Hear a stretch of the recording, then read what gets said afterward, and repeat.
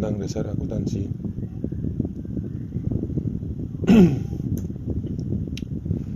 Tujuannya menguraikan karakteristik sebuah perusahaan. Yang kedua, menguraikan peran akuntansi dalam perusahaan. Yang ketiga, menguraikan pentingnya etika bisnis dan prinsip-prinsip dasar perilaku yang etis. Yang keempat, menguraikan profesi akuntansi. Yang kelima, mengikhtisarkan perkembangan prinsip-prinsip akuntansi dan mengaitkannya dengan praktik akuntansi. Yang keenam, membuat persamaan akuntansi dan menjelaskan setiap unsur dalam persamaan tersebut. Yang ketujuh, menjelaskan bagaimana transaksi bisnis dapat dinyatakan dalam perubahan-perubahan yang terjadi pada 3 unsur dasar persamaan akuntansi. Yang kedelapan, menguraikan laporan keuangan perusahaan perseorangan dan menjelaskan bagaimana laporan-laporan tersebut saling berhubungan.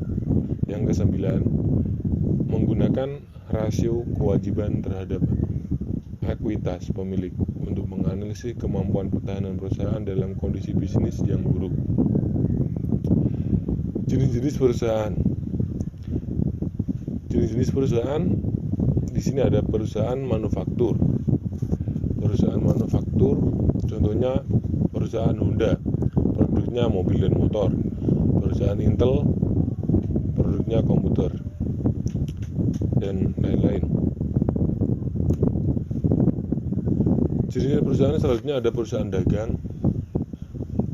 Perusahaan dagang contohnya ada Carrefour, produknya barang kebutuhan sehari-hari. Kitchen, produknya mainan. Electronic City, barang-barang elektronik.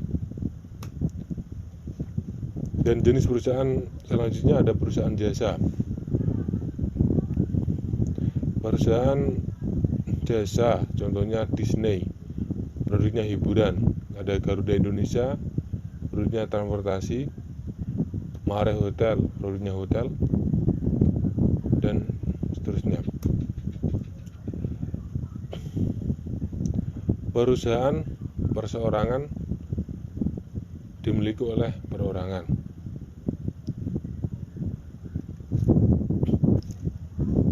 Keunggulannya, kemudahan pengaturan. Yang kedua, biaya pengolahan yang rendah. Ya karena perorangan tuh individu, jadi biaya pengolahannya rendah ya. Dan untuk kelemahannya, sumber daya keuangan yang terbatas, kewajiban yang tidak terbatas. Di sisi lain, biaya pengolahan yang rendah dan juga itu sumber daya keuangan yang terbatas karena individu. Jenis-jenis perusahaan selanjutnya ada perusahaan persekutuan, dimiliki oleh 2 atau lebih. Keunggulannya, sumber daya keuangan yang lebih besar dibandingkan dengan perusahaan perseorangan karena ada partner ya mungkin. Yang kedua, tambahan keahlian manajemen. Kelemahannya, kewajiban yang tidak terbatas. Selanjutnya ada korporasi. Korporasi dibentuk berdasarkan peraturan pemerintah sebagai badan hukum yang terpisah. Keunggulannya, kemampuan untuk mendapatkan sumber daya dalam jumlah besar melalui penerbitan saham. Kelemahan, pengenaan pajak ganda. Strategi bisnis. Strategi bisnis adalah serangkaian rencana dan tindakan terintegrasi yang didesain bagi perusahaan sebagai sarana untuk memperoleh keuntungan melebihi pesaingnya, sekaligus untuk memaksimalkan laba. Strategi bisnis terdiri atas strategi biaya rendah dan strategi diferensiasi. Strategi biaya rendah. Berdasarkan strategi biaya rendah, suatu perusahaan mendesainkan dan menghasilkan produk atau jasa dengan kualitas yang diterima konsumen pada biaya yang lebih rendah dibandingkan dengan para pesaingnya. Sedangkan strategi diferensi Berdasarkan strategi diferensi, sebuah perusahaan mendesain dan menjalankan produk atau jasa yang memiliki kekhususan atau karakteristik yang unik sedemikian rupa, sehingga konsumen bersedia membayar harga yang lebih tinggi dibandingkan harga yang umum. Rantai nilai sebuah perusahaan.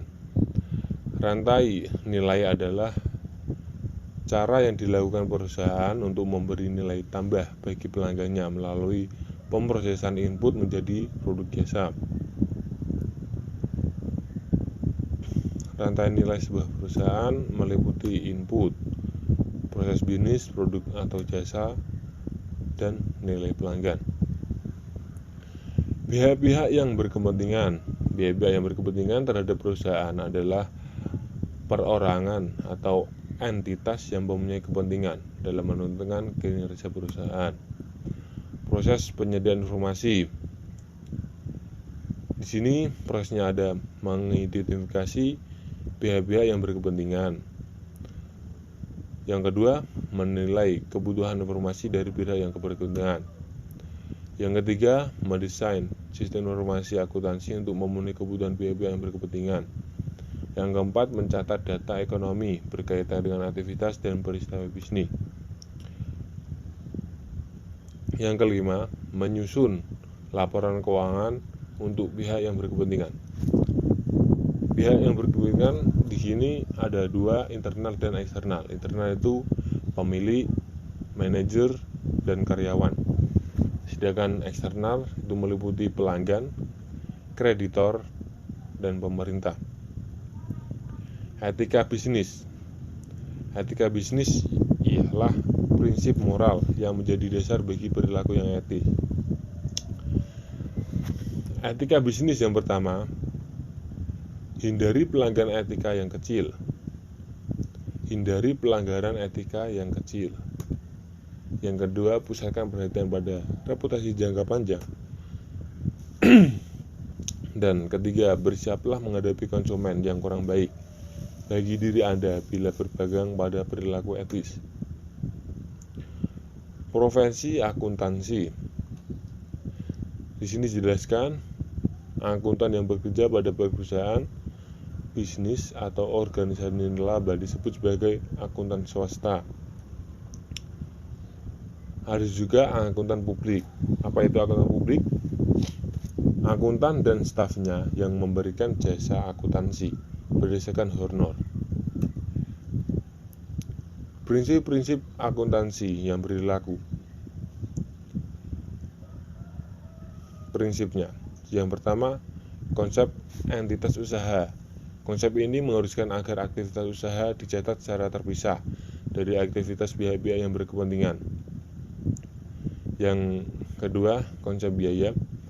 Konsep biaya adalah dasar untuk mencatat harga pertukaran atau biaya akuisisi dalam catatan akuntansi. Yang ketiga, konsep objektivitas. Konsep ini mengharuskan agar catatan dan laporan akuntansi didasarkan pada bukti yang objektif.